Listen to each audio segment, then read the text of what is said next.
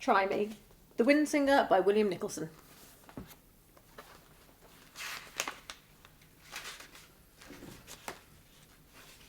Chapter 1. Long ago. At the time the strangers came, the Manth people were still living in the low mat-walled shelters that they had carried with them in their hunting days. The domed huts were clustered around the salt mine that was to become the source of their wealth.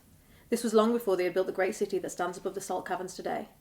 One high summer afternoon, a band of travellers came striding out of the desert plains and made camp nearby. They wore their hair long and loose, men and women alike, and moved slowly and spoke quietly, when they spoke at all. They traded a little with the Manth, buying bread and meat and salt, paying with small silver ornaments that they themselves had made.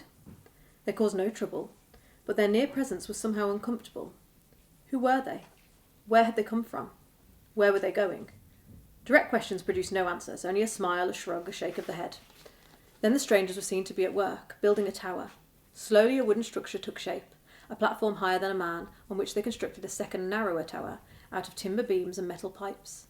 These pipes were of all of different sizes, and bundled together like the pipes of an organ. At their base they opened out into a ring of metal horns.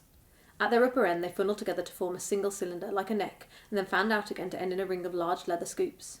When the wind blew, the scoops caught it and the entire upper structure rotated, swinging around to face the strongest gusts. The swirling air was funneled through the neck to the ranked pipes, to emerge from the horns as a series of meaningless sounds. The tower had no obvious purpose of any kind. For a while it was a curiosity, and the people would stare at it as it creaked this way and that. When the wind blew hard, it made a mournful moaning that was as comical at first, but soon became tiresome. The silent travellers offered no explanation. It seemed they had come to the settlement with the sole purpose of building this odd structure, because when it was done, they rolled up their tents and prepared to move on. Before leaving, their leader took out a small silver object and climbed the tower, and inserted it into a slot in the structure's neck. It was a tranquil summer dawn, the day the travellers departed, and the air was still. The metal pipes and horns were silent as they strode away across the desert plains. The Manth people were left as baffled as when they had arrived, staring at the overgrown scarecrow they had left behind. That night, as they slept, the wind began to blow, and a new sound entered their lives. They heard it in their sleep, and woke smiling without knowing why.